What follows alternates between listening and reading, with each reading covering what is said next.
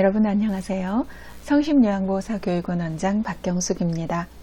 이번에는 2021년 2월에 보았던 제34회 요양보호사 자격시험 기출문제 중 필기 문제를 함께 풀어보도록 하겠습니다.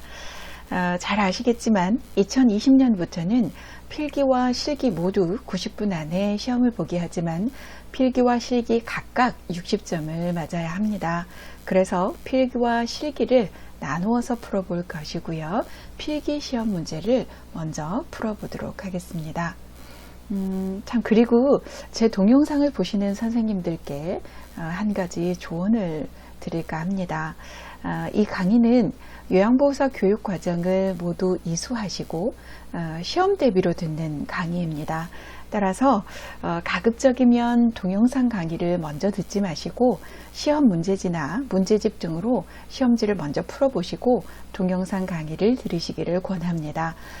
왜냐하면 제가 문제를 읽어드리면 무슨 말인지 금방 이해가 되기 때문에 문제가 쉽게 느껴지지만 실제 종이 시험지로 시험을 보시면 이해가 빨리 되지 않을 수 있어서 문제를 잘 풀지 못할 수도 있습니다. 동영상만 보지 마시고요. 반드시 종이 시험지로 문제를 풀어보셔서 여러분이 부족한 부분을 동영상으로 보충하시기를 바랍니다. 자, 그럼 34회 요양보호사 자격시험 필기 문제를 함께 풀어보도록 하겠습니다. 1번, 결단이나 행동이 느려지고 모든 일에 신중해지는 노인의 심리적 특성은 1. 회복성, 2. 의존성, 3. 조심성, 4. 능동성, 5. 외향성. 자, 여러분 정답은 뭘까요? 네, 그렇죠. 정답은 조심성이죠. 자, 물론 노인은 의존성도 있고 조심성도 있고 둘 다 있기는 합니다만은 지금 문제에서 물어보는 건 결단이나 행동이 느려지고 모든 일에 신중해지는 노인의 특성을 물어보고 있거든요. 이거는 조심성이죠. 노인들은 나이가 들수록 어떤 질문이나 문제에 대해서 답을 할지 망설이거나 하지 못하거나 또는 중립을 지키기도 하고 결단이나 행동이 느려지고 매사에 신중해지는 특성은 조심성의 특성이다라고 교재에 정리를 하고 있거든요. 그래서 느려지고 신중해지는 노인의 특성은 조심성입니다. 자, 2번, 노인 부모가 결혼한 자녀와 가까이 살면서 자녀의 보살핌을 받는 가족 형태는 1. 핵가족, 2. 조손가족, 3. 동거가족, 4. 한부모 가족, 5. 수정 확대 가족. 자, 여러분 정답은 뭘까요? 네, 정답은 수정 확대 가족이죠. 자, 자녀가 같이 살지는 않지만 근거리에 살면서 보살펴주는 그런 새로운 가족 형태를 우리가 수정 확대 가족 이렇게 이야기를 합니다. 대가족은 이제 같이 사는 것이고 근처에 살면서 도와주는 것을 수정 확대 가족이라고 합니다. 3번, 노인 장기 요양보험 제도에 대한 설명으로 옳은 것은 1. 노인 장기 요양보험의 보험자는 근로복지공단이다. 2. 장기 요양보험 사업은 보건복지부 장관이 관장한다. 3. 장기 요양 인정 여부 및 등급은 방문조사자가 판정한다. 4. 장기 요양 급여에서 주 야간 보호는 시설급여에 해당된다. 5. 재가급여를 이용하면 급여 비용의 20%를 본인이 부담한다. 자, 여러분 정답은 뭘까요? 자, 정답은 2번이죠. 자, 여러분 이 문제는 조금 어렵게 느껴지실 수도 있을 것 같은데요. 자, 하나씩 좀 보도록 하겠습니다. 노인 장기요양보험의 보험자는 공단인데 건강보험공단이죠. 그래서 이 문제는 틀렸고요. 자, 장기요양보험 사업은 보건복지부 장관이 관장하는 거 맞습니다.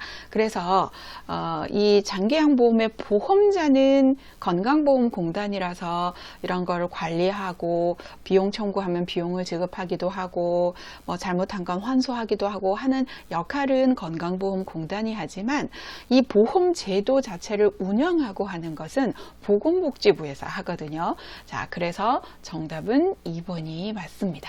자, 3번은 보시면 장기 요양의 인정이라든지 등급 판정은 등급판정위원회가 하거든요. 그런데 방문조사자가 한다. 그래서 틀렸고요.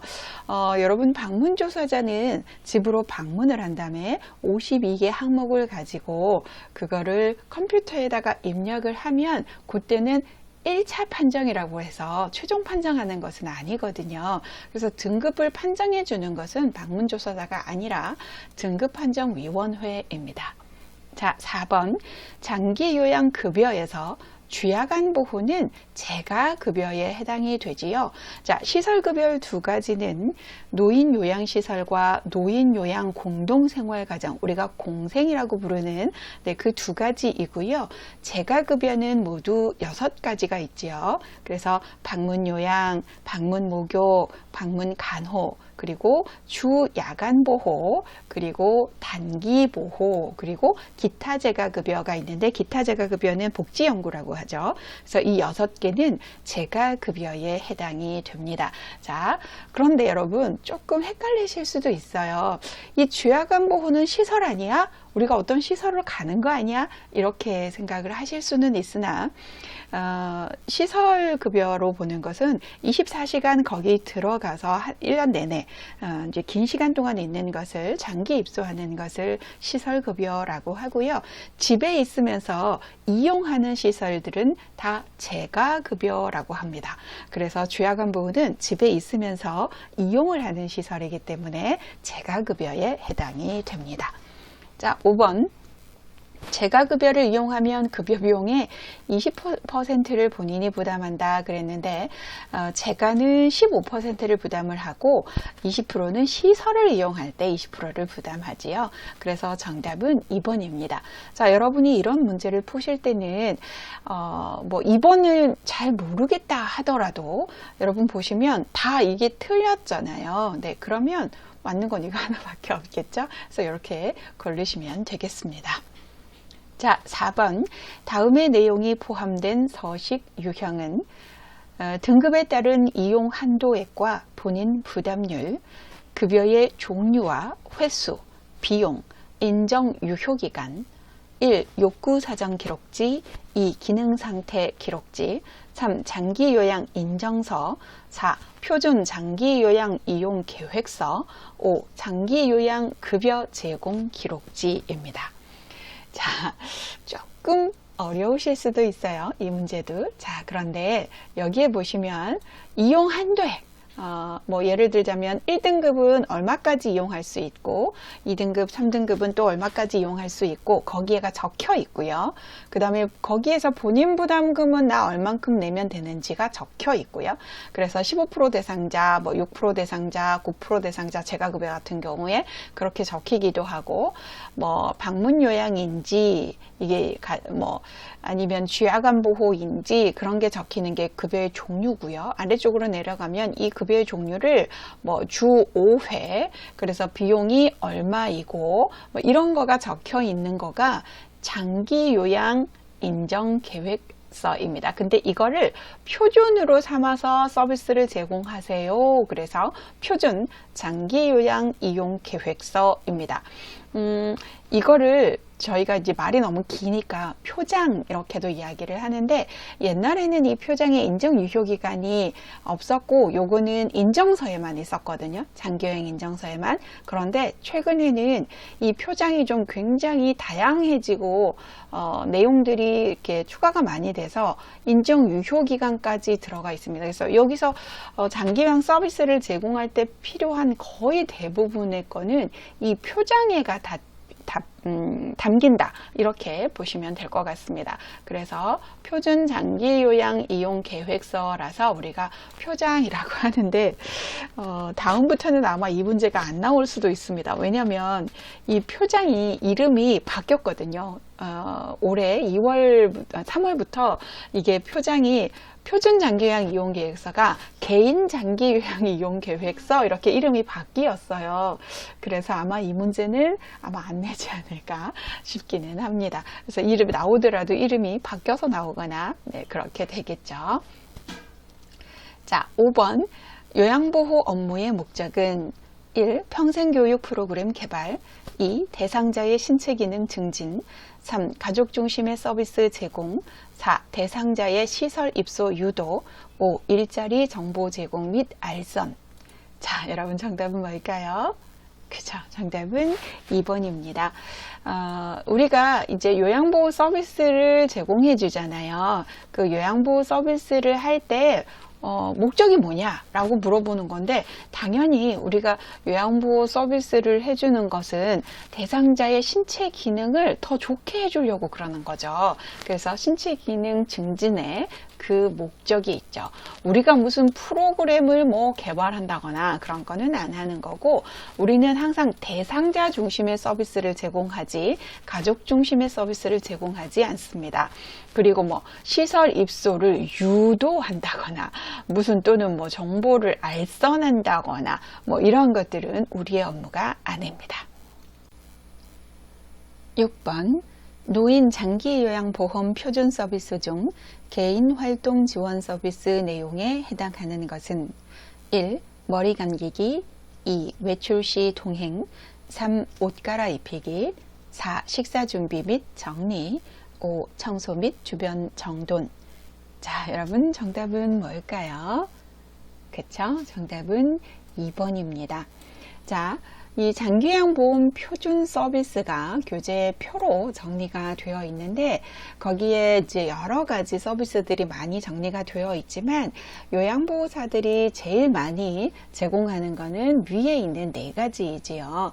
자, 그래서 제일 첫 번째 위에 나왔던 게 신체활동 지원 서비스가 있었죠. 그래서 뭐 세수시켜주고, 뭐, 이 닦아주고, 머리 감겨주고, 옷 갈아입혀주고, 뭐, 목욕 도움 해주고, 식사 도움 해주고, 이런 것들은 신체활동 지원 서비스였고요.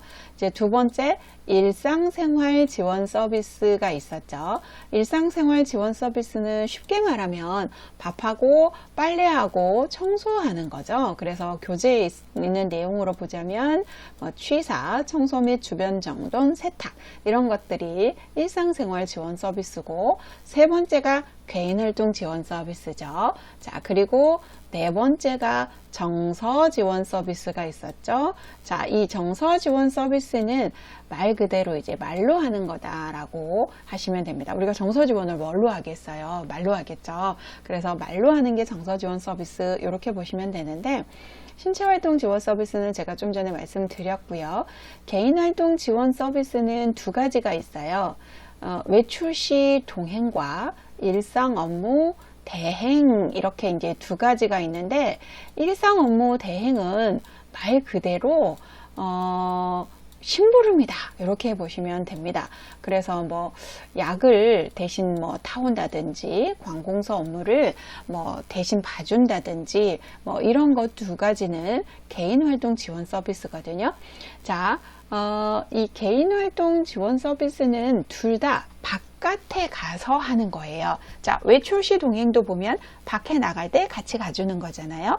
그래서 뭐 산책을 갈 때 같이 동행을 해준다든지, 아니면 뭐 병원에 이제 가실 때 병원에 같이 동행을 해준다든지, 뭐 이런 것들은 다 밖에 나가는 거잖아요. 또 일상 업무 대행도 아까 제가 심부름이라고 했는데, 심부름도 밖에 나가서 약을 타준다든지, 뭐 아니면 관공서에 가서 뭘 심부름 해준다든지, 둘 다 밖에 나가는 거잖아요. 그래서 개인활동 지원 서비스는 바깥 활동, 이렇게 네, 외우시면 되고요. 그 다음에 정서 지원 서비스는 아까 제가 말로 하는 거라고 그랬잖아요.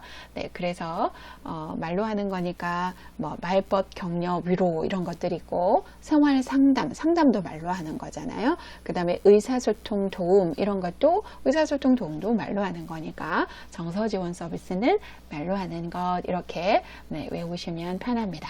자, 여러분 하나씩 볼까요? 머리 감기기 뭐죠? 신체를 도와주는 거죠. 신체 활동을 머리 감기기는. 그래서 신체 활동 지원 서비스고요. 옷 갈아입히는 것도 그쵸? 신체 활동 지원 서비스고요.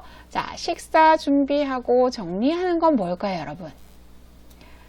이거는 좀 헷갈리실 수도 있는데요. 식사를 드시는 걸 도와주는 식사 도움, 이거는 신체 활동 지원 서비스지만 식사를 준비하는 것은 취사에 들어가요. 그래서 이거는 일상생활 지원 서비스입니다. 자, 청소 및 주변 정돈도 아까 밥하고 빨래하고 청소하는 건 제가 일상생활 지원 서비스라고 했죠. 자, 그래서 이 청소 및 주변 정돈도 일상생활 지원 서비스이기 때문에 정답은 2번입니다. 7번 요양보호사의 역할과 관련 내용이 옳게 연결된 것은 1. 관찰자, 필요한 서비스 연계, 2. 옹호자, 차별받는 대상자 지지, 3. 정보 전달자, 직접 서비스 제공, 4. 동기 유발자, 질병의 증상 확인, 5. 숙련된 수발자, 서비스 제공 계획 수립. 자, 여러분 정답은 뭘까요? 네, 정답은 2번이죠. 자, 요양보호사의 역할이 교재 이제 6가지로 정리되어 있는데, 숙련된 수발자는 대상자의 불편감을 경감시켜주기 위해서 서비스를 지원해서 대상자를 도와준다 이랬기 때문에 이제 요거는 틀리고, 정보 전달자가 2번째 나왔죠. 그래서 정보 전달자는 대상자의 신체나 심리에 관한 정보를 가족이라든지 시설장이라든지 또는 의료진에게 전달하는 것을 정보 전달자라고 했기 때문에 직접 서비스를 제공은 틀리죠. 그리고 이제 3번째가 나왔던 게 관찰자였었고요. 이 관찰자는 맥박이나 호흡 체온 이런 것뿐만 아니라 대상자의 어떤 변화된 거 또는 질병에 대한 변화, 이런 심리적인 변화, 어떤 변화된 요인들을 관찰하는 것이 관찰자이기 때문에 연계하는 것은 관찰자의 역할이 아니죠. 자, 그 다음에 이제 4번째 나왔던 게 말벗과 상담자라 그래서 효율적인 의사소통 기법을 활용해서 대상자와 관계를 형성하고 대상자의 신체적, 정신적, 심리적인 안위, 편안함을 도모하는 역할을 우리가 말벗과 상담자의 역할이다 그랬고, 그 다음에 이제 동기 유발자가 나왔죠. 이 동기 유발자는 대상자의 능력을 최대한 발휘할 수 있도록 동기를 유발하며 지지하는 역할이다 그랬기 때문에 증상을 확인하는 건 오히려 관찰자의 역할에 좀 가깝습니다. 그래서 틀렸죠. 그리고 이제 마지막으로 옹호자의 역할은 차별받고 학대받는 대상자 입장에서 편들어주고 지지해주는 거죠. 그래서 차별받는 대상자를 지지한다고 했으니까 정답은 2번이 맞습니다. 8번, 다음의 내용이 포함된 시설 대상자의 기본 권리는 개인의 선호와 건강 상태에 따른 개별화된 식단을 제공한다. 잔존 능력을 유지시키기 위해 재활 프로그램을 제공한다. 1. 질 높은 서비스를 받을 권리, 2. 신체적 제한을 받지 않을 권리, 3. 사생활과 비밀 보장에 관한 권리, 4. 정보 접근과 자기 결정권 행사의 권리, 5. 안락하고 안전한 생활 환경을 제공받을 권리. 자, 여러분 정답은 뭘까요? 그렇죠? 정답은 1번 질 높은 서비스를 받을 권리입니다.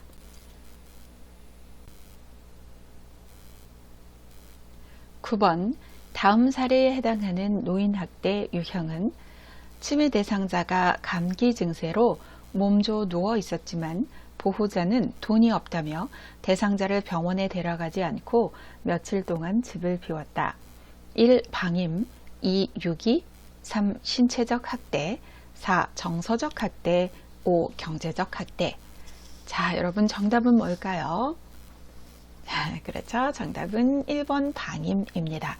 자, 보세요. 감기 증세로 누워 있었는데 병원에 데려가지 않고 며칠 동안 집을 비워버렸대요. 자, 뭔가 해줘야 될 걸 안 해준 거잖아요. 치료를 해주셔야 되는데 치료를 안 해줬기 때문에 방임에 해당이 됩니다.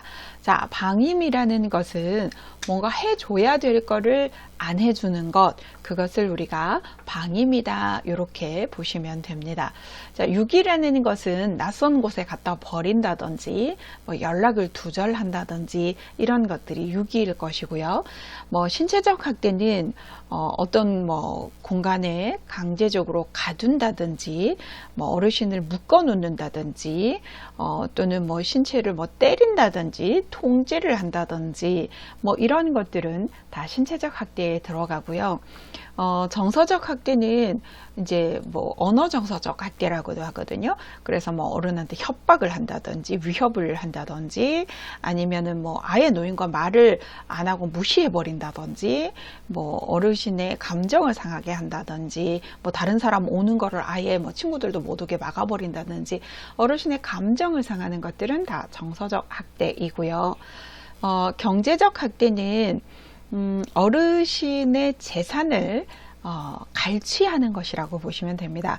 그래서 뭐 노인의 재산을 가로챈다거나 뭔가를 이제 일을 하고 나서 대가를 지불하지 않는다든지 뭐 재산 상속을 받기로 해놓고 이제 제대로 나중에 뭐 부양을 안 한다든지 뭐 이런 것들, 그리고 뭐 어르신의 집을 이제 가지고 가서 뭐 팔아버린다든지 뭐 통장을 가지고 가서 뭐 본인이 찾아버린다든지 뭐 이런 것들은 다 경제적 학대에 해당이 됩니다. 그래서 여기서는 해줘야 될 것, 치료해줘야 될 걸 안 해줬기 때문에 방임에 해당이 됩니다.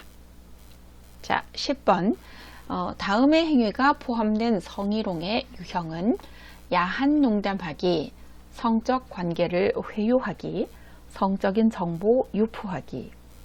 1. 육체적 성희롱, 2. 시각적 성희롱, 3. 언어적 성희롱, 4. 사회적 성희롱, 5. 위계적 성희롱. 자, 여러분 정답은 뭘까요? 네, 정답은 3번 언어적 성희롱입니다.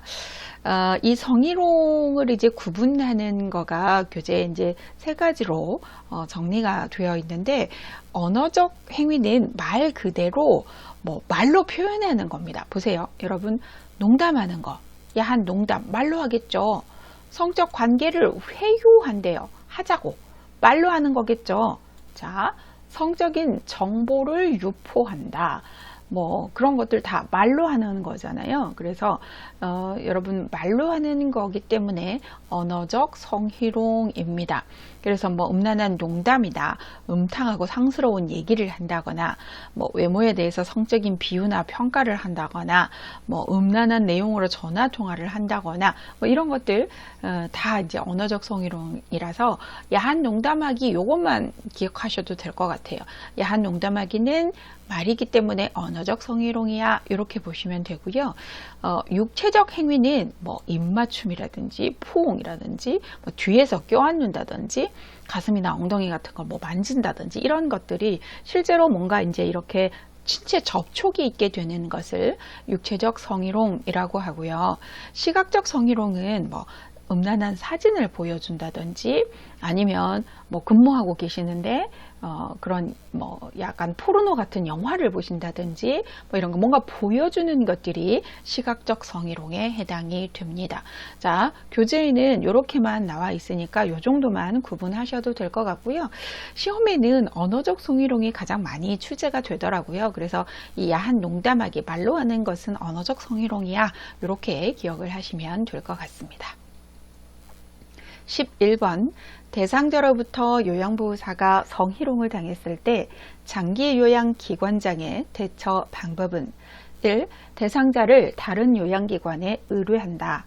2. 대상자에게 서비스 중단 조치를 취한다. 3. 기관장 판단에 따라 요양보호사를 행정직 업무에 배치한다. 4. 대상자에게 성희롱 예방교육을 2년마다 1회 제공한다. 5.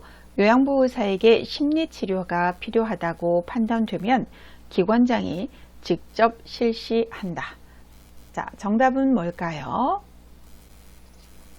자, 정답은 2번이지요.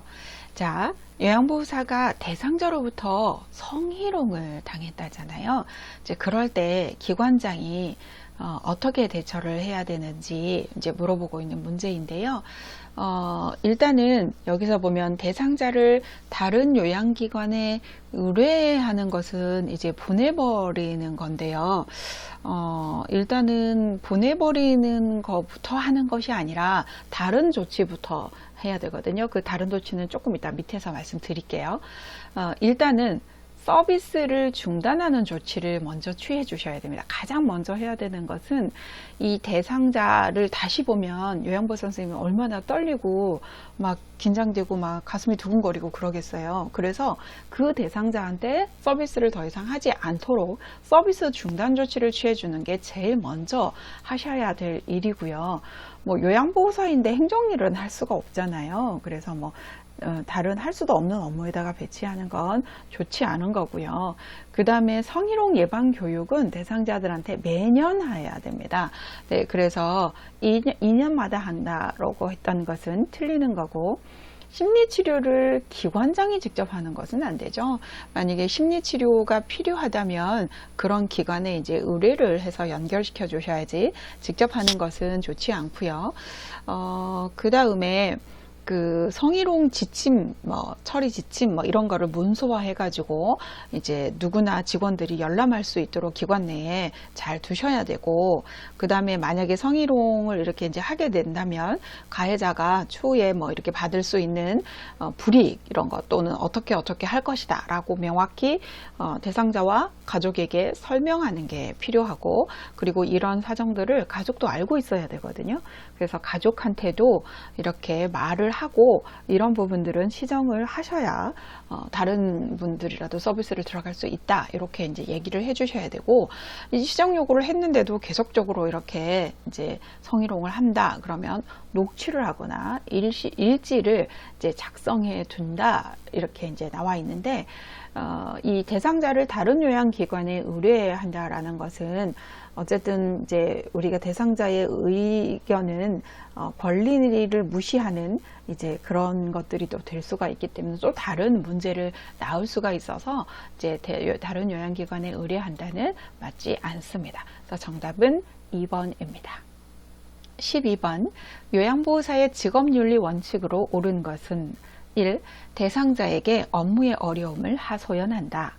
2. 자신의 업무 활동과 지도받은 내용을 점검한다. 3. 대상자의 복지 용구를 저렴한 비용으로 구입해준다. 4.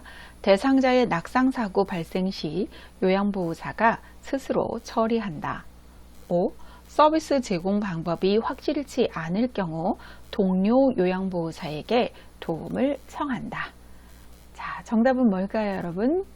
네, 그렇죠. 정답은 2번입니다. 자, 직업윤리 원칙에 대해서도 빠지지 않고 시험에 나오고 있죠.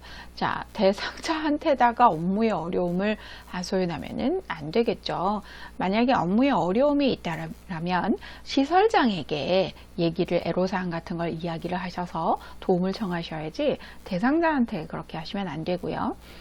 자신의 업무 활동과 지도받은 내용을 점검하는 건 아주 바람직한 태도이죠. 자, 세 번째, 대상자의 복지 용구를 저렴한 비용으로 구입해준다. 이런 거 시험에 아주 자주 출제가 되고 있는데, 비용을 깎아준다든지 말선해준다든지 이런 거 절대 안 됩니다. 자, 그 다음에 낙상사고가 발생했을 때는 뭐 해야 될까요? 자, 사고가 발생한 거잖아요. 사고가 발생하게 됐으면 보고를 하셔야 됩니다. 그래서 시설장이나 간호사에게 보고하셔야지 스스로 처리를 하시다가 잘못 응급처치를 하시면 더 문제가 커질 수가 있기 때문에 낙상사고나 화상 이럴 때는 보고한다가 정답입니다. 자, 그리고 서비스 제공 방법이 확실치 않을 경우에는 이거는 시설장에게 물어봐야 되겠죠. 시설장이나 관리 책임자에게 물어봐야지 동료 요양보호사한테다가 물어보는 것은, 도움을 청하는 것은 좋은 방법이 아닙니다. 그래서 틀렸습니다. 그래서 정답은 2번이네요. 13번, 요양보호사가 지켜야 하는 행동 규범을 준수한 사례는 1. 표준 서비스 이외의 서비스를 추가로 제공하였다. 2. 서비스 제공 기록지는 업무 수행 직후 기록하였다. 3. 서비스 우선순위는 요양보호사가 임의로 정하였다. 4. 대상자로부터 서비스에 대한 감사 답례품을 받았다. 5. 서비스 시간 변경 요청 시 조정할 수 없다고 말하였다. 자, 정답은 뭘까요, 여러분? 네, 정답은 잠깐만요. 2번인데요. 자, 요양보호사가 지켜야 되는 행동규범이네요. 서비스 이외에 추가 서비스 이런 거 절대 알아서 하시면 안 됩니다. 이런 거는 반드시 보호자랑 센터랑 이렇게 다 얘기해서 공단에 등록하고 서비스를 해야지 이외에 추가 이런 단어 나오면 무조건 틀리다 라고 보시면 되고요. 자, 두 번째, 서비스 제공 기록질은 업무 수행하고 직후에 바로 기록을 하는 건 아주 좋죠. 조금 시간이 좀 지나버리면 우리가 잊어버리잖아요. 그래서 업무 수행 직후에 기록하는 거는 좋은 겁니다. 자, 그 다음에 서비스의 우선순위도 요양보호사가 임의로 정하시면은 안 되죠. 어떤 이런 임의로 이런 단어 나오면 항상 틀리다 이렇게 보시면 될 겁니다. 서비스를 이제 할 때 우선순위 같은 거는 관리 책임자나 시설장의 지시에 따라야 되겠죠. 또는 이제 만약에 어떤 질환과 관련된 것들이라면 간호사의 지시를 따라야 되겠고요. 자, 대상자로부터 서비스에 대한 감사 답례품 이런 거 절대 뭔가 서비스 이외에 뭔가 급여 이외에 어떤 것들을 받으시면 절대 안 되죠. 자, 그 다음에 서비스 변경을 이제 시간 변경을 요청을 하면 조정할 수 없다라고 말을 하면 안 됩니다. 이런 거는 센터에다가 보고하셔서 센터의 관리 책임자와 조정을 할 수 있도록 그렇게 해주시면 되고요. 이거를 아예 조정을 할 수 없는 것은 아니기 때문에 할 수 없다라고 말하시는 것도 안 되는 겁니다. 그래서 정답은 2번이네요. 14번, 다음의 상황에서 요양보호사의 대처 방법은 장기 요양 3등급 대상자가 경제적으로 어렵다고 사정하면서 본인 부담금을 감면해 주지 않으면 다른 기관으로 옮기겠다고 말하였다. 1. 대상자의 등급을 상향 조정해 준다. 2. 비용 감면 대신 서비스 시간을 늘린다. 3. 기관장에게 알리고 본인 부담금을 할인해 준다. 4. 신규 대상자를 소개해 주면 할인해 준다고 말한다. 5. 본인 부담금 할인은 노인 장기요양보험법 위반이라고 설명한다. 자, 여러분 정답은 뭘까요?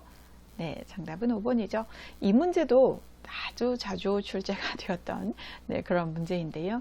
본인 부담금 감면해달라. 그럴 때 어떻게 해야 되냐라는 건데, 등급을 상향 조정해준다고 그럴 수는 없는 거죠. 자, 두 번째, 비용 감면 대신에 서비스 시간을 늘려준다든지 이런 거 안 되고요. 본인 부담금 할인해주고 이런 거 절대 안 되고, 소개해주면 할인해준다고 당연히 안 되겠죠. 이건 노인장기요양보험법 위반이라고 설명한다가 정답입니다. 15번, 다음의 상황에서 요양보호사의 대처 방법은 대상자가 하루 종일 사용하여 젖은 일회용 마스크를 보호자가 아깝다며 빨아서 재사용해달라고 요구하였다. 1. 보호자의 말을 못 들은 척한다. 2. 기관장과 의논하겠다며 답변을 피한다. 3. 대상자에게 의견을 물어보겠다고 말한다. 4. 마스크의 효과가 떨어질 수 있다고 말한다. 5. 보호자의 의견대로 빨아서 사용하겠다고 말한다. 자, 정답은 뭘까요? 그쵸. 정답은 4번이죠. 못 들은 척 하는 것은 안 되는 거고요. 기관장과 의논하겠다. 이게 의논한다고 해결될 문제는 아니죠. 자, 그 다음에 대상자한테 의견을 물어본다고 뭐 대상자가 빠르다라 그러면 빨아줄 수도 있는 것은 아니니까. 그리고 마스크의 효과가 떨어질 수 있다고 이런 부분들은 설명을 해주는 게 필요하겠죠. 자, 그리고 보호자 의견대로 빨아서 줄 수는 없는 거지요. 자, 정답은 4번입니다. 16번. 요양보호사의 전신 스트레칭 방법으로 옳은 것은 1. 동작은 빠르고 신속하게 한다. 2. 호흡을 참고 스트레칭을 한다. 3. 같은 동작을 10분간 반복한다. 4. 통증이 느껴질 때까지 지속한다. 5. 스트레칭된 자세를 10에서 15초 정도 유지한다. 자, 정답은 그쵸? 정답은 5번이죠. 자, 스트레칭 방법도 가끔 시험에 이제 출제가 되는데 동작이 절대 빠르고 이런 단어 나오면 절대 틀립니다. 이거는 천천히 스트레칭은 하셔야지 늘리는 거잖아요. 근육을. 그런데 이렇게 빠르게 늘리거나 그럼 잘못하다 인대가 늘어나거나 그럴 수가 있기 때문에 빠르고 신속하고 이런 거 다 나오면 틀리다라고 보시면 되겠고, 호흡을 잘 하셔야죠. 호흡을 내쉬고 스트레칭을 하시는 겁니다. 그래서 참고는 틀리고요. 같은 동작을 10회, 10분간이 아니라 10 내지 뭐 15회 정도 이렇게 반복을 하면 되는데 10분간은 틀렸고요. 통증이 느껴지지 않을 정도로 해야 되는데 느껴질 때까지, 그래서 틀렸고요. 스트레칭된 자세를 10 내지 15초 정도 유지를 하셔야 스트레칭이 제대로 되지요. 정답은 5번입니다. 17번. 노화에 따른 소화기계 변화로 옳은 것은 1. 구강건조증 감소. 2. 지방의 흡수력 감소. 3. 당내성 증가. 4. 항문 관략근 긴장도 증가. 5. 췌장의 소화효소 분비 증가. 자, 여러분 정답은 뭐지요? 네, 이 문제도 좀 자주 출제가 되는데 여러분들이 조금 헷갈려 하시더라고요. 자, 보세요. 소화기계라고 하면 여러분 입에서부터 이제 소화가 시작이 되죠. 그래서 입에서 식도를 지나서 위로 갔다가 위에서 십이지장을 지나 이제 소장으로 가게 되고, 소장에서 대장으로 갔다가 항문으로 이렇게 나오는데 이 위나 소장, 대장 이것만 소화기계라고 하지를 않고요. 옆에 있는 간이나 담낭이나 췌장이나 이런 것들도 소화효소를 분비를 하기 때문에 다 소화기계라고 이야기를 하거든요. 자, 그런데 이제 입에서부터 소화가 시작이 되는데 입에서는 침이 분비가 되죠. 그래서 침에 있는 아밀레이즈라는 성분이 탄수화물을 포도당으로 만들어주는 역할을 하거든요. 그래서 침이 많이 분비가 되어야 탄수화물 소화가 잘 되는데 나이 든 어르신들은 침의 분비가 잘 안 돼요. 그렇기 때문에 구강이 건조하죠. 침의 분비가 줄어드니까. 그러면 구강 건조증은 증가한다가 맞는 말이거든요. 그래서 요건 틀렸고요. 자, 두 번째. 이제 지방의 흡수력, 이거를 여러분들이 조금 헷갈려 하시는 경우가 있는데 뭔가 흡수가 되는 건 사실 좋은 거거든요. 이 지방은 어디서 분해를 하냐면 담낭과 췌장에 있는 이제 소화효소들이 분비가 되어서 이 지방을 분해를 합니다. 그러면 이게 분해가 되어서 필요한 부분은 몸으로 흡수가 될 것이고 필요가 없는 부분은 배설이 되거든요. 자, 그러면 이게 흡수가 잘 되는 건 좋은 거거든요. 그런데 흡수가 그래야 이제 지방이 필요한 곳에 이렇게 영양분을 갖다 주니까. 그런데 흡수가 안 되면 이게 몸 안에 쌓이게 되는 겁니다. 그러면 그게 이제 내장 안에도 쌓이게 되는 거고 혈관 안에도 쌓이게 되는 거고, 그래서 뭐 내장 비만이라는 얘기도 들으시고 또 혈관 안에 이런 콜레스테롤 같은 것들이 쌓이게 되면 혈관을 막아버리게 되겠죠. 그래서 동맥경화증 같은 것을 유발을 하거든요. 그래서 지방의 흡수력이 노인은 떨어집니다. 그러니까 동맥경화증 같은 게 많이 생겨요. 그래서 나이 든 노인은 지방의 흡수력이 감소한다가 맞습니다. 자, 당내성이라는 것은 세포가 혈액으로부터 필요한 이제 포도당을 흡수하는 능력을 우리가 당내성이다 이렇게 이야기를 하는데, 우리가 당뇨병이라는 것은 당이 소변에 나와서, 소변에 다 섞여서 나와서 몸에서 이제 에너지를 쓸 수 없게 만들어 버리는 것을 우리가 당뇨병이라고 합니다.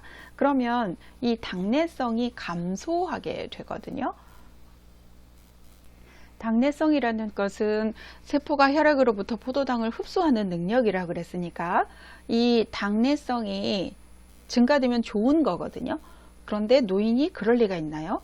노인은 무조건 좋은 거는 안 되고요. 안 좋은 건 잘 되고 그래요. 그래서 당내성이 증가하는 건 좋은 거잖아요. 그래서 이게 증가하지를 않고 감소합니다.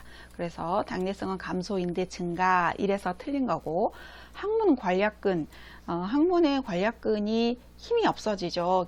긴장도가 감소해서. 그래서 방귀만 이렇게 껴도 변이 이렇게 훅 나와버리고 이제 그런 증상이, 그걸 변실금이다 이렇게 이야기를 하는데, 긴장도는 감소하게 됩니다.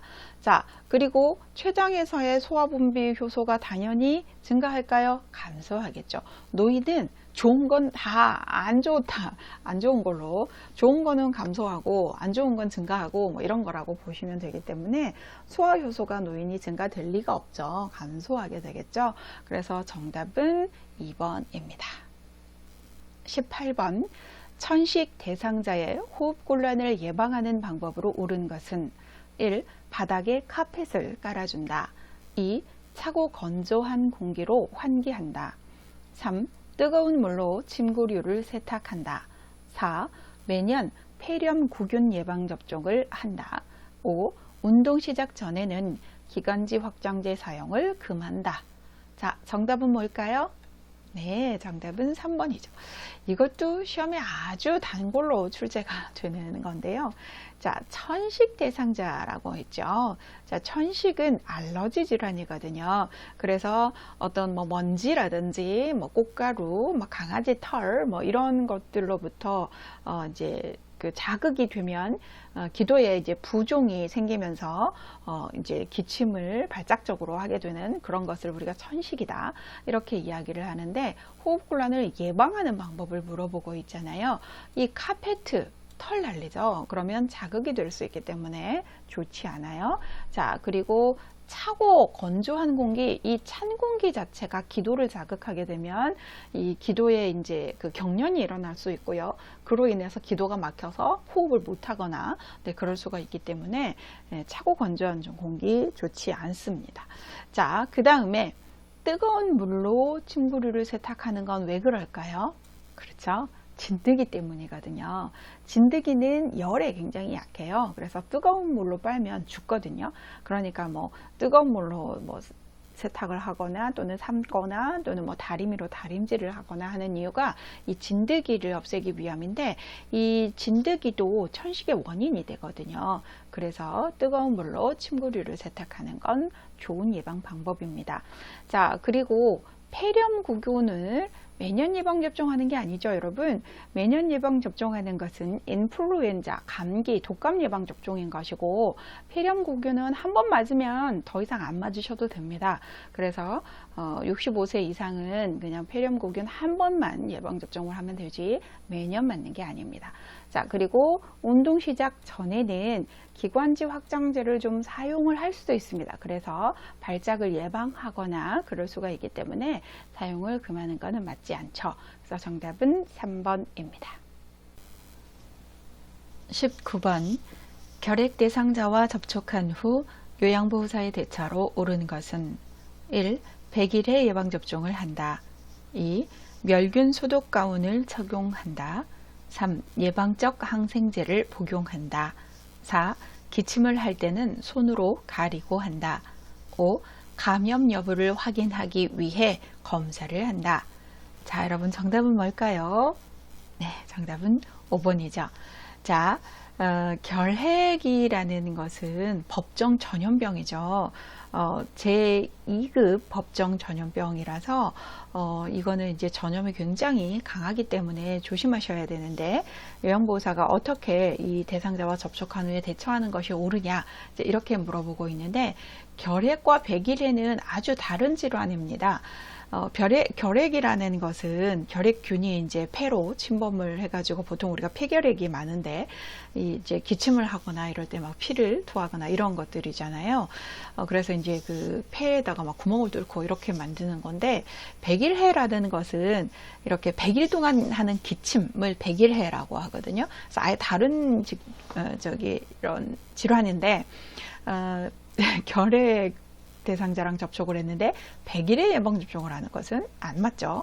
자, 그 다음에 멸균 소독 가운을 접촉한 후에 이렇게 이걸 가운을 입는 게 의미가 없는 거죠. 네, 그래서 이런 거는 접촉한 후에 입는 것은 아니고, 물론 이제 보호 마스크나 뭐 장갑 이런 거, 가운을 입거나 하는 것은 좋지만 멸균 소독 가운을 우리가 적용할 수는 없는 거죠. 그리고 이거는 접촉한 후 대처니까 더욱이 안 맞죠. 세 번째, 예방적 항생제를 복용하는 건데요. 예방적으로 항생제를 복용하지는 않습니다. 그리고 이 결핵에는 따로 이제 쓰는 약들이 있는데 그것은 나중에 이제 결핵으로 검진을 했는데 그게 결과가 결핵이 확진이 되었다. 이제 그럴 때 뭔가 약을 쓰는 것이지 예방적으로 이걸 먹는다고 효과가 있는 것은 아닙니다. 자, 그리고 기침을 할 때는 손으로 가리시면 안 되죠. 손수건이나 아니면 소매, 옷으로 이렇게 가리거나 아니면 휴지로 가리고 하셔야 되겠죠. 그래서 손에다가 하게 되면 손 사이사이에는 이렇게 손금들이 있기 때문에 그 사이사이로 균들이 다 이렇게 들어가고 또 습하잖아요. 손에는. 그렇기 때문에 균이 서식하기 아주 좋은 곳입니다. 그래서 여기저기 다 옮길 수 있기 때문에 손으로 가리는 건 옳지 않고요. 감염 여부를 확인하기 위해서 검사를 하는데 검사는 2주에서 4주 후에 하셔야 됩니다. 왜냐하면 잠복기를 거치기 때문에 그 이후에 검사를 하셔야 2주에서 4주 정도의 잠복기 이후에 검사를 하셔야 제대로 된 결과를 받을 수가 있어서 검사를 하는 것은 좋은 방법입니다. 20번 고혈압에 관한 설명으로 옳은 것은 1. 혈관이 좁아지면 혈압이 낮아진다. 2. 염장식품이 혈압 조절에 도움이 된다. 3. 심장질환이 본태성 고혈압의 원인이 된다. 4. 이원기 혈압은 심장에서 피를 짤 때의 압력이다. 5. 처방된 혈압약은 혈압이 조절되어도 계속 복용한다. 자, 정답은 그쵸 여러분 5번이지요. 자, 고혈압에 대한 이제 문제인데 혈관이 좁아지면 그 좁은 데를 지나가야 되기 때문에 혈압이 당연히 올라가게 되겠죠. 여러분 수도꼭지에서 물을 틀어서 그 수도꼭지 끝부분을 이렇게 막아버리게 되면 물살이 세지죠. 그거랑 같습니다. 그래서 혈관이 좁아지게 되면 혈압은 올라가게 됩니다. 자, 그리고 염장식품이 혈압 조절에 도움이 안 되죠.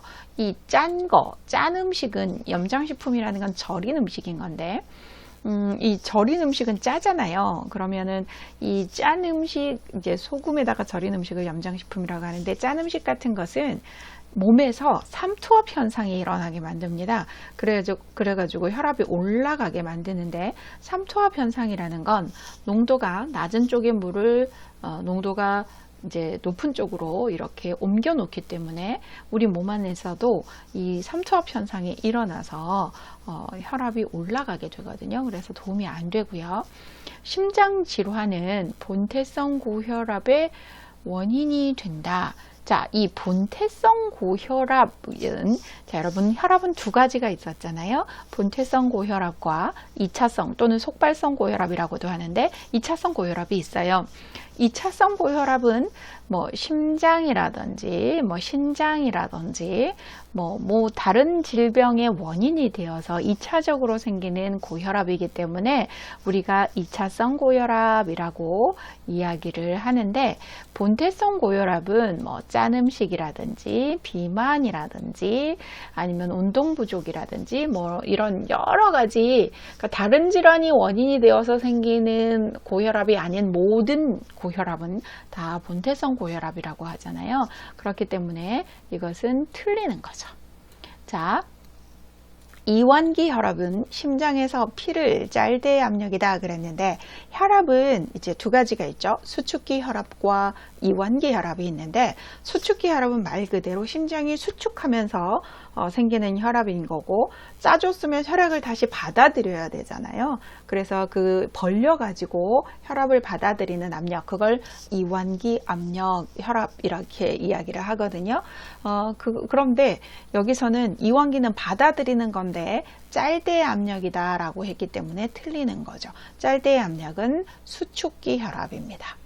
자, 그리고 처방된 혈압약은 혈압이 조절되어도 계속 복용을 하셔야 되죠. 그래서 혈압약은 꾸준하게 복용을 하셔야지, 혈압이 정상으로 유지됐다고 약을 끊어버리고 혈압이 오늘은 높으니까 2알 드시고 그러시면 안 되십니다. 자, 정답은 5번이죠. 21번. 골다공증의 위험 요인으로 오른 것은 1. 흡연, 2. 일광욕, 3. 칼슘 섭취, 4. 체중 부하 운동, 5. 여성 호르몬 치료. 자, 정답은 뭐죠, 여러분? 그쵸, 흡연입니다. 자, 흡연을 하게 되면 이 흡연이 이제 니코틴 성분 같은 것들이 몸 안에 있는 칼슘이나 인 성분을 녹여서 몸 밖으로 배출하는 그런 효과가 있다고 합니다. 그래서 골다공증이 생기게 만들겠죠. 정답은 1번이고요. 일광욕을 하는 것은 골다공증에 좋습니다. 그래서 일광욕을 하게 되면 햇빛에 있는 비타민 D가 우리 몸으로 흡수가 되기 때문에 굉장히 도움이 되죠.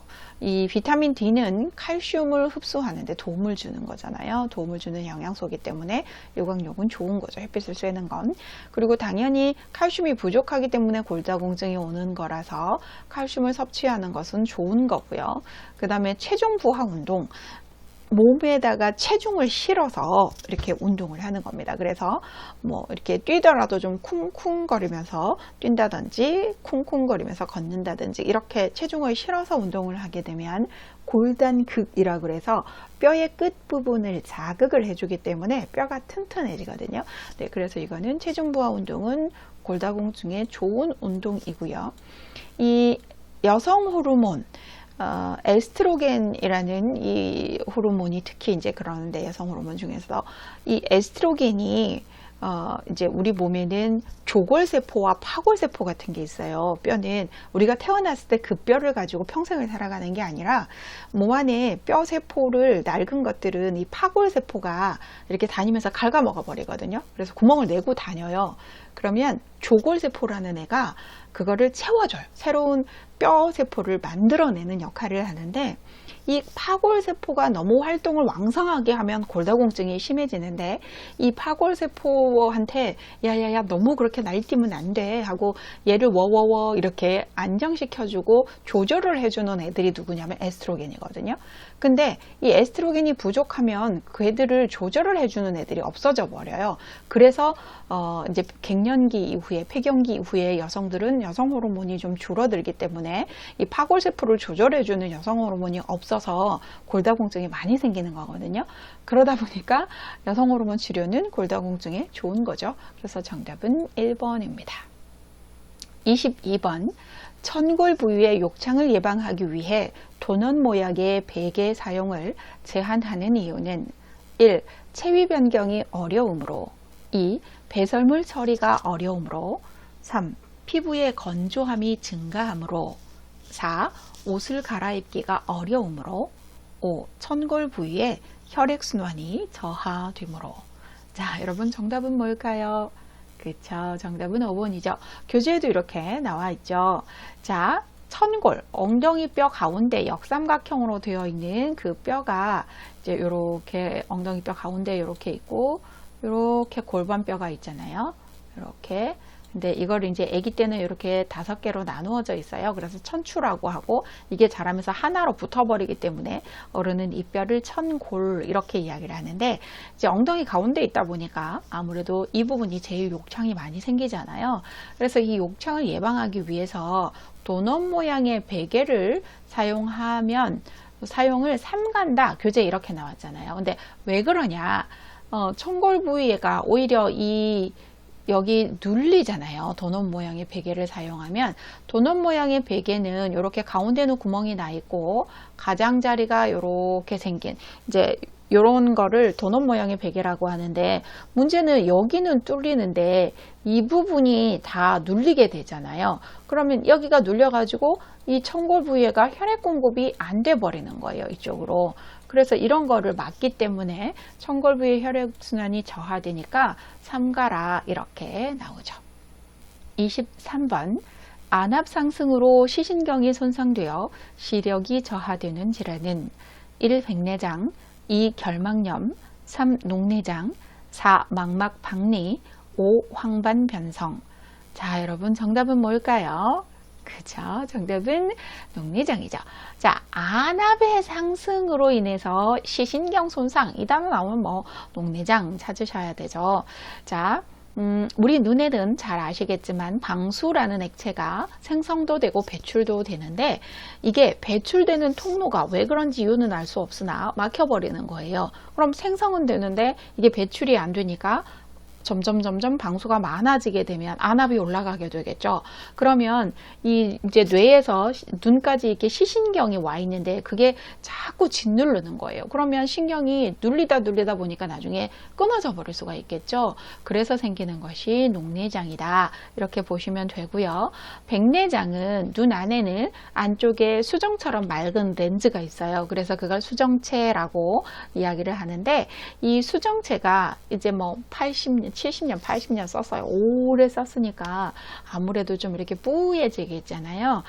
우리 자동차도 오래 타면 헤드라이트가 뿌얘지는 거랑 비슷하다라고 보시면 되는데 이런 수정체가 뿌얘지기 때문에 이제 생기는 것을 백내장이라고 하고 이 백내장은 동공 가운데 까만 동자 있잖아요. 거기가 뿌얘지는 것을 백내장이라고 합니다. 그래서 백내장과 녹내장은 좀 구분하실 필요가 있죠.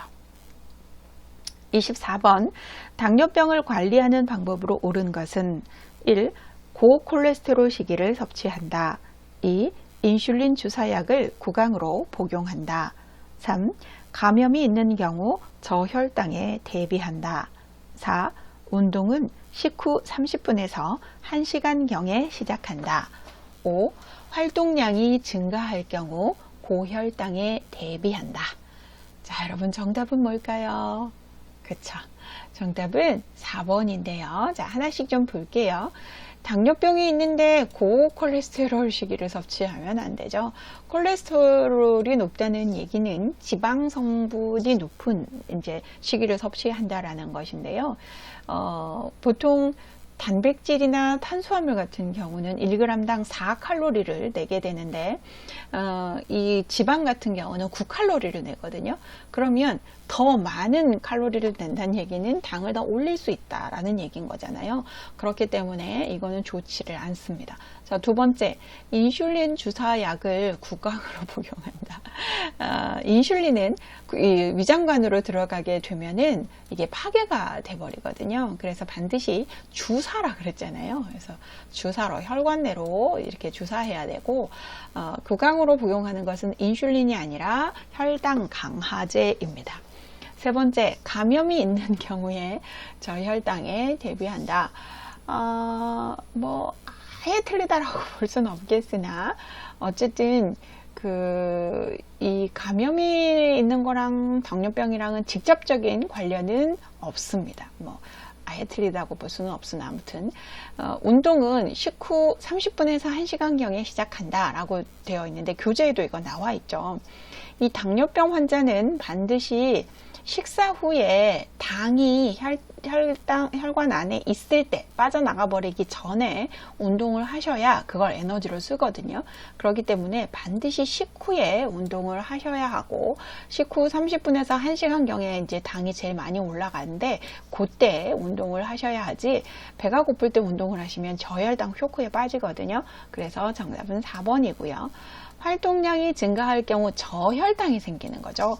에너지를 많이 써버렸으니까. 그래서 저혈당에 대비하는 것이지 고혈당에 대비하는 것은 아닙니다.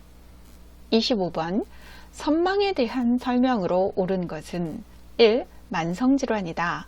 2. 의식 수준이 명료하다. 3. 증상이 갑자기 나타난다. 4. 주의 집중력의 변화가 없다. 5. 진압력 장애가 발생하지 않는다. 자, 여러분 정답은 뭘까요? 네, 정답은 3번입니다. 자, 선망과 여러분 망상은 좀 다르죠. 망상은 치매 증상으로 나타나는 것이고, 선망은 치매하고 관련이 좀 있을 수는 있으나 합병증으로 생기는 건데, 요거는 가장 큰 특징이 갑자기 생기거든요. 그래서 급성질환이에요. 그래서 만성질환 틀리고요. 이 선망의 특징이 또 뭐냐면 의식 수준이 명료하지 않아요. 망상은 의식 수준이 명료한 상태에서 마치 거짓말하듯이 뭔가 말을 지어내는 것처럼 보이지만, 선망은 의식이 들어오지 해지거든요. 무슨 말이냐면 약간 혼미해져요. 그래서 약간 넋이 나간 사람처럼, 그래서 뭐 이렇게 이렇게 혼이 빠진 것 같은 그런, 마치 헛소리를 하는 것처럼 중얼중얼 대면서 막 이상한 얘기들을 하시고, 뭐 환각 증상이 나타나기도 하고 그렇거든요. 그래서 이거는 의식 수준이 명료하지 않아요. 혼미해요. 자, 그리고 아까 제가 갑자기 나타난다고 그랬잖아요. 급성질환이라고. 그래서 이건 맞고, 주의 집중력이 많이 떨어지게 됩니다. 그래서 주변에서 뭐 누가 와도 잘 모르고요.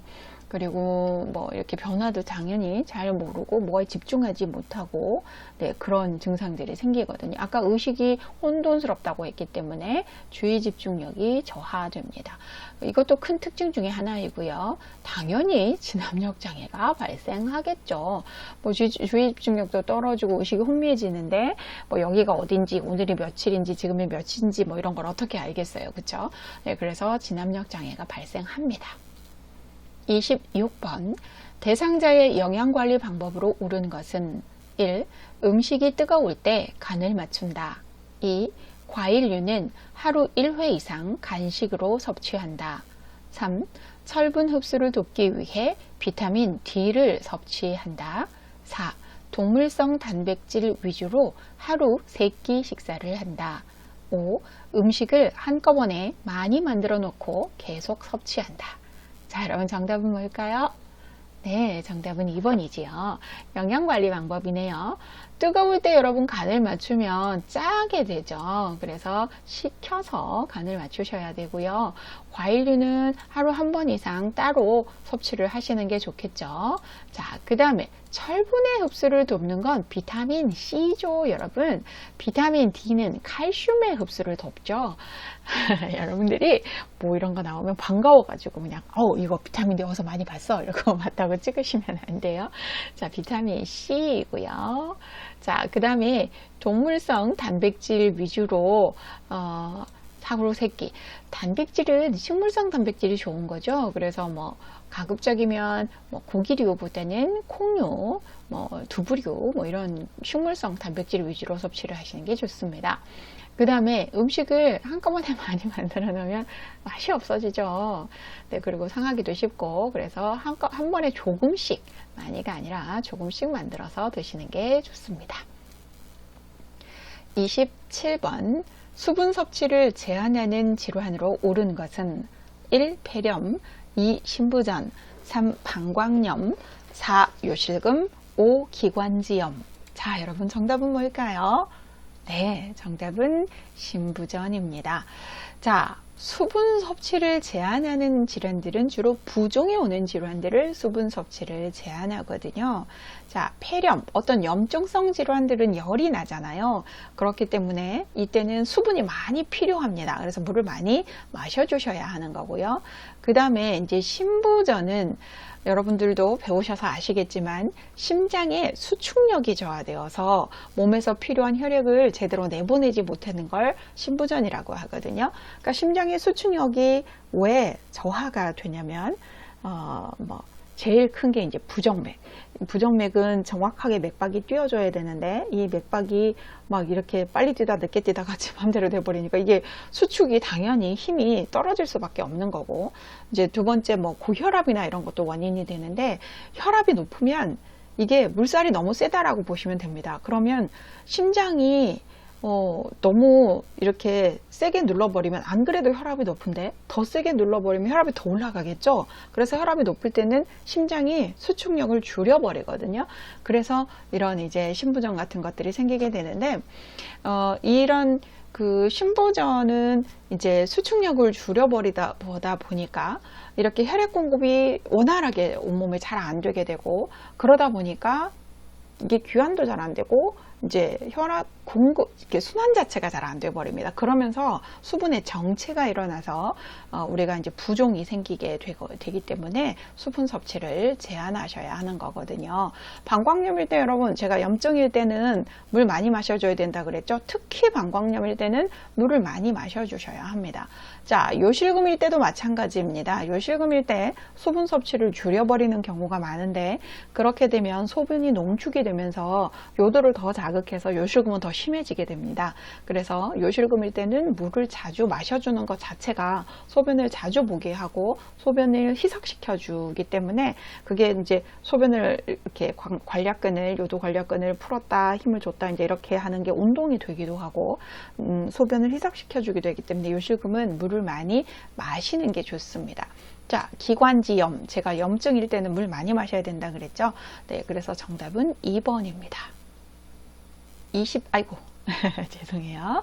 28번. 대상자의 안전한 운동관리 방법으로 옳은 것은 1. 실내 운동 시 준비 운동을 생략한다. 2. 낮 운동 시 마무리 운동 시간을 줄인다. 3.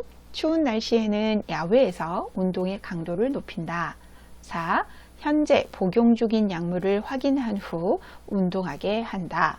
5. 고강도 운동으로 시작하여 저강도 운동으로 마무리한다. 자, 여러분 정답 뭐지요? 그쵸? 정답은 4번이지요. 답이 먼저 조금 전에 나와버렸었는데, 요거는 여러분들도 잘 맞히셨을 거라고 봐요. 자, 운동관리 방법에 대한 문제인데요. 실내 운동을 한다고 준비 운동을 생략하면 안 되죠. 어떤 운동이든지 준비 운동이 필요하고요. 낮 운동 시 마무리 운동 시간을 줄인다. 마무리나 준비 운동 시간은 제대로 하셔야 되고요.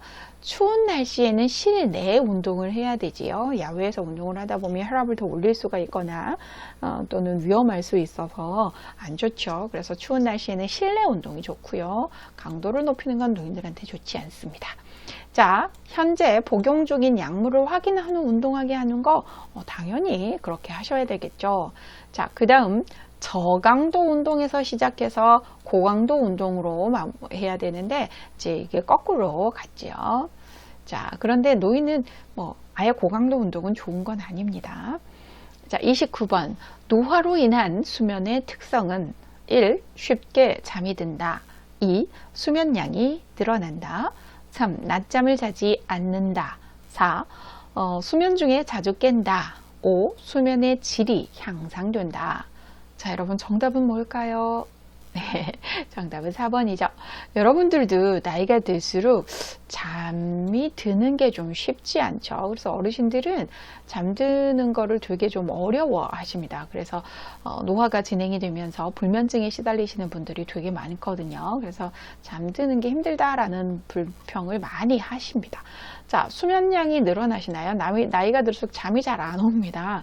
초저녁에 잠깐 주무시고 일어나셔가지고는 또 잠이 안 오신다고 하시는 경우들도 되게 많거든요. 자, 그리고 이제 낮잠을 자주 자십니다. 그래서 밤에 이렇게 수면 시간이 짧아지기 때문에 낮에 견디기가 힘들어서 낮에 꼬박꼬박 졸거나 하는 경우들이 꽤 있죠. 그래서 잡니다, 낮잠을. 그리고 수면 중에 자주 깨게 되죠. 네, 그래서 수면의 질이 좋지 않습니다.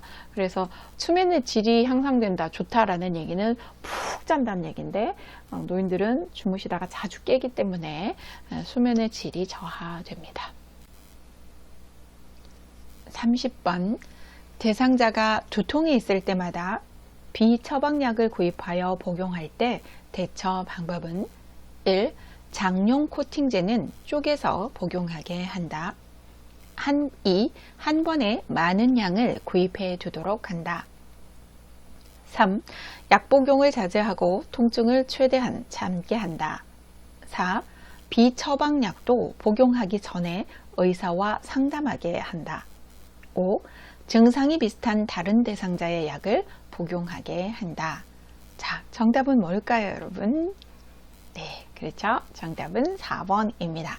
자, 비처방약 무슨 말이에요? 의사의 처방 없이도 살 수 있는 약이라는 뜻이잖아요. 이 비처방약은 이제 가장 우리가 편하게 구입을 하는 게 소화제, 아니면은 해열진통제, 파스 이런 거가 이제 비처방약에 해당이 되는데, 자, 그런 거를 먹을 때 이제 어떻게 해야 되냐라는 건데, 장용 코팅제가 무슨 말이냐면, 여러분 소화제 같은 거 보시면 이렇게 코팅이 되어서 쌓여 있어요. 그냥 일반 알약도 있지만 코팅이 되어서 이제 대부분 소화제는 이렇게 쌓여 있는데, 이 코팅이 되어 있는 약들은 사실 여러분 쪼개면 안 됩니다. 무슨 말이냐면 코팅이 되어 있다라는 건 이거는 위에서 녹지 말고 장에 내려가서 이렇게 그러니까 좀 천천히 녹으면서 위에서 녹으면서 이렇게 그 작용하는 부분이 있고 점점 내려가면서 이렇게 녹으면서 작용하는 부분들이 달라요. 그래서 일부러 그렇게 멀리까지 가서도 녹을 수 있도록, 거기서도 장이나 대장이나 이런 데 가서도 뭔가 이렇게 활동을 할 수 있도록 일부러 코팅을 이렇게 해 놓는 거거든요. 그런 거를 쪼개버리면 장까지 못 가고 위에서 다 녹아버리겠잖아요. 그러면 장에서 실제로 얘들이 활동을 해야 되는데 그런 걸 못하기 때문에 이렇게 코팅이 되어 있는 약들은 이렇게 쪼개거나 하시면 안 되십니다. 그래서 쪼개서 복용한다 해서 틀렸고요. 당연히 한 번에 많은 약 구입해 두면 안 되겠죠. 이 비처방약들은 우리가 구입할 수 있어요. 이제 요즘 코로나로 인해서 백신 예방접종을 이제 하는 경우에 이렇게 열이 나거나 하는 경우에는 약국에 가서 병원에 굳이 가지 말고 약국 가셔서 이런 해열진통제 사서 드셔라 이런 얘기 하잖아요. 통증을 최대한 참게 하는 것은 안 되죠. 그래서 그렇게 약 복용만 해도 되는 경우는 약을 복용할 수도 있습니다. 그렇다고 최대한 참게 하는 것은 틀리니까. 그리고 비처방약도 복용하기 전에 반드시 의사와 상담을 하는 것은 좋습니다. 그래서 이것은 정답이고요. 그 다음에 증상이 비슷한 다른 대상자의 약을 복용하는 것은 안 되죠. 다른 대상자의 약을 복용하는 것. 자, 그런데 여러분 푸시다가 이제 문제를 혼자 푸시다가 지금은 제가 읽어드려서 그랬는데 3번도 맞을 것 같은데 4번도 맞는 것 같고 이러시면 이거 가지고 두 개 찍으면 안 된다고 제가 계속 말씀드리죠.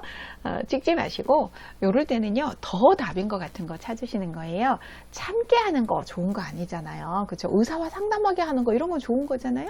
네, 그래서 이렇게 고르시면 됩니다. 헷갈릴 때는 더 답인 거를 찾으셔야 합니다. 자, 31번 65세 이상 노인에게 매년 1회 권장하는 예방접종은 1. 파상풍, 2. 대상포진, 3. 말라리아, 4. 인플루엔자, 5. 디프테리아. 자, 여러분 정답은 뭘까요? 그쵸? 인플루엔자죠.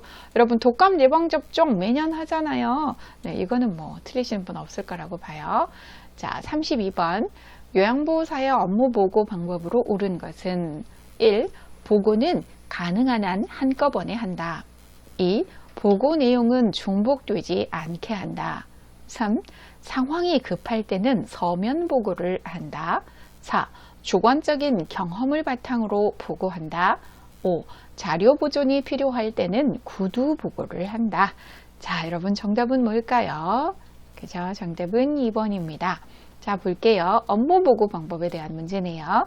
보고는 가능한 한 한꺼번에 아니라 무슨 문제가 생길 때마다 해야 되지요. 그래서 한꺼번에 하면은 제대로 못할 수도 있고 너무 처리가 늦어질 수도 있기 때문에 일이 생길 때마다 하는 거고요.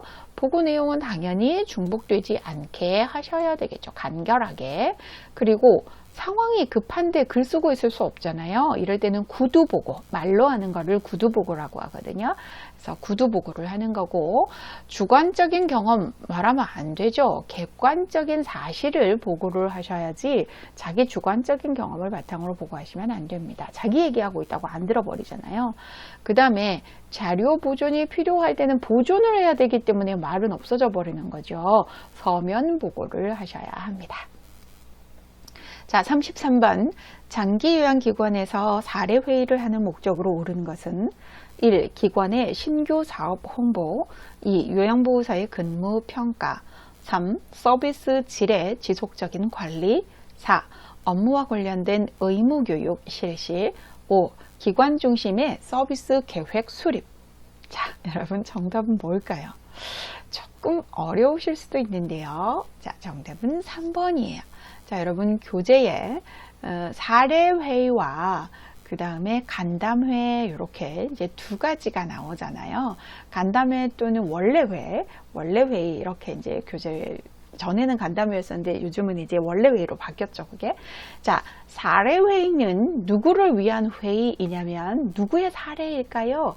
대상자의 사례를 가지고 회의를 하는 것을 사례회의라고 합니다.